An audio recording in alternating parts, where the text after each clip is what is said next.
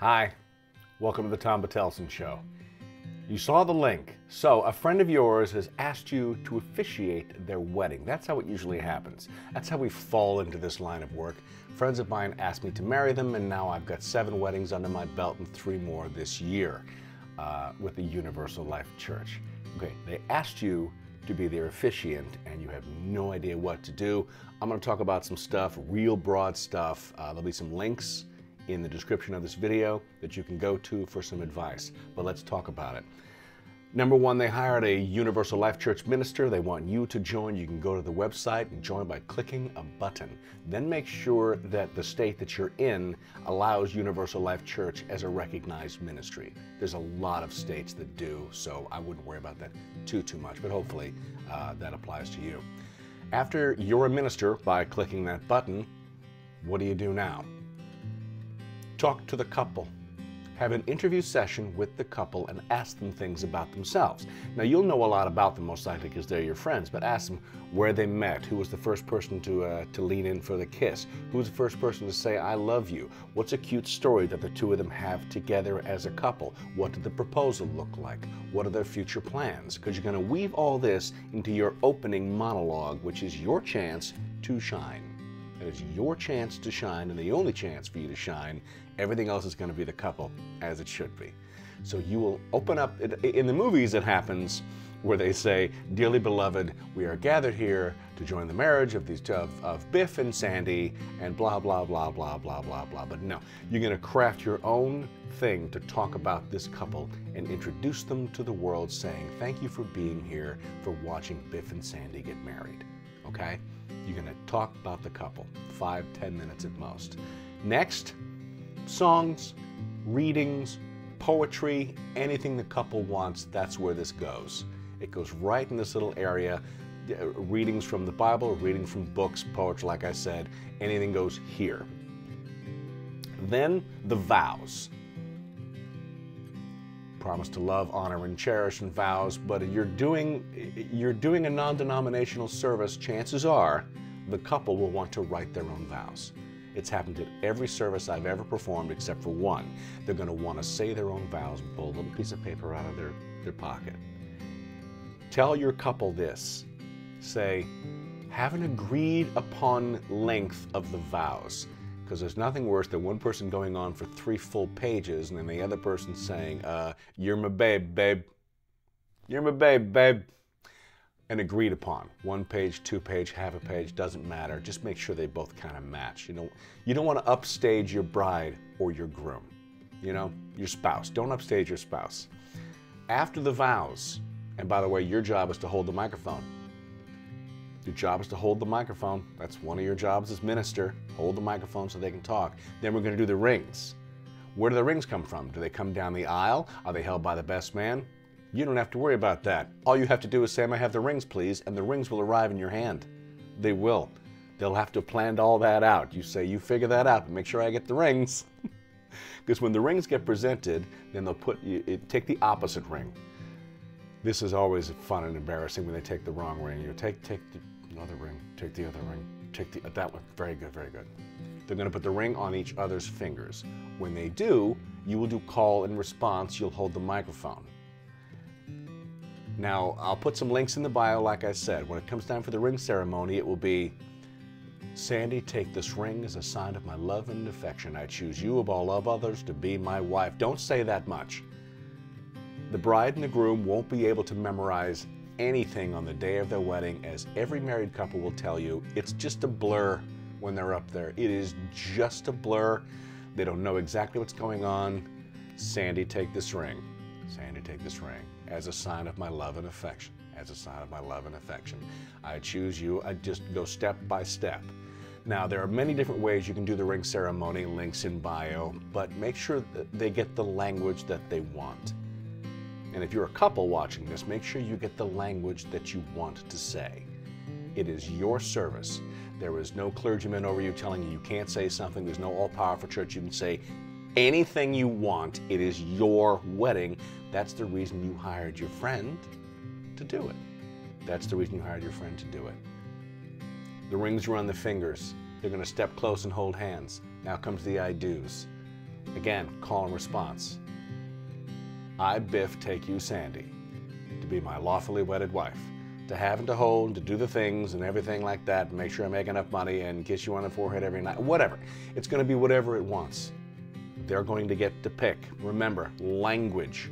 Talk to your couple about the language. Go over step by step every one of these sections and let them pick what they want to say. Okay? It's going to be a group effort. It's going to be a group effort. There's nothing worse than standing up there and you don't know what's going to be said at your own wedding. No surprises. No surprises.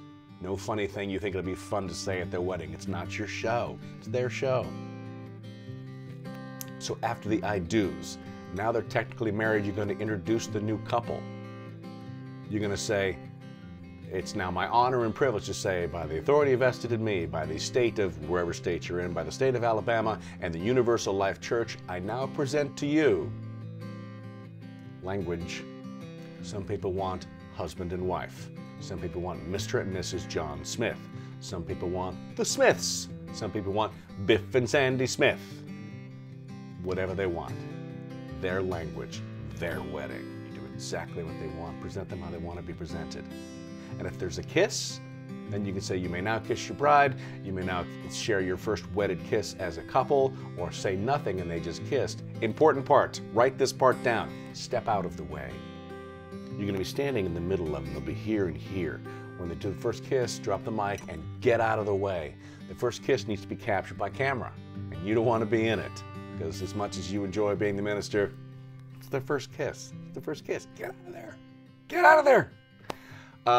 Next thing I say is after everybody leaves and stuff like that, well, what about the wedding license? How do we do the wedding license? Well, you sign the wedding license, and then your job as minister is to hand that in. Postmark it and mail it to the state. They're not married until someone opens up that thing and signs that, then they're actually married. Also, if you haven't discovered wedding planners yet, please do. Please discover wedding planners. You want to talk about money well spent? Wedding planners. Oh my goodness. The one I work with is called XOXO Weddings, and I'm going to put their link in there and give them some props because I think they're amazing, and I had no idea what wedding planners do. They take the weight off of the brain of the bride and the groom. My goodness. Someone else being in charge, telling them what they should be doing on each particular moment so they don't have to think, they just have to enjoy their wedding. They just have to enjoy their wedding. So meet with the couple. Go over what you want to say in your opening speech. Then psalms, reading, poetry, or anything. Then you do the vows, most likely written by the couples. Then the rings. Also under rings, you can do hand fasting, you can do candle lighting, anything that goes along with that. You can do it at the ring ceremony time. Then you do the I do's. Then they do the first, you introduce the couple and they have their first kiss, and then they're off to the races. You're in and you're out. It's a wonderful thing. It's a crazy thing that I've fallen into this business of being a Universal Life Church minister. It's rewarding. It's really rewarding. As far as costs go, for your friends, whatever arrives in an envelope. And then later on, if you want to do this as an actual job, then you can check some rates online to see what most people charge. I'd go over that here, but I don't think that would be appropriate to tell you what I charge. That'd be weird. Wedding planners. Oh my goodness. Yeah. Get a wedding planner. I don't know where I was going to go with that, but yeah, it's a rewarding thing. It's a really rewarding thing to marry someone, and you should. It's fantastic. The first couple I ever married gave me a gift, and it's on my shelf over there. It's the policeman's badge. Here's a close-up of the policeman's badge. From the state of California, when I married my good friends, my first ever wedding, we started calling me the sinister minister or the pastor of disaster. That's my name as a Universal Life Church minister. My badge number is the date they were married, and they gave me that as a gift. It was the sweetest thing. It is the sweetest thing, and it has its rightful place on my shelf of honor. It's wonderful. Well, I hope I answered some of your questions. I'll chime in and I'll answer more if you've got more questions on this. Lots of links in the bio. I'm recording lots of links in the bio, things you can go and look at. and sample vows, sample ring ceremonies, sample I-dos, how to introduce people and whatnot. So this is just quick and dirty. And yeah, congratulations on being asked to officiate someone's wedding. It's wonderful. You're going to be great. Time for a shout out. This comes from Nicholas Pruitt, who commented on my Avatar video, who said, I studied screenwriting in college. My very first professor said that every story has been told. The key is to find a new way of telling the same old story. Unfortunately, I think this is true. Once you know the formula, it's easy to see the connective tissue in all storytelling. That's true. I believe that to be true. You have to find a new way to tell something or an exciting way to tell an old story. But heroes and villains and people in distress, I mean, yeah, it's all the same story. It's the stories that we tell. It's the stories of our lives. But thank you for that, Nicholas. Are you writing? Did you write after taking that course? Have you written something? Let me know. Let me know what you're working on. If you're watching, everyone let me know what you're working on. I love interacting with people, let you know what gets you going. All right, but thanks, Nicholas.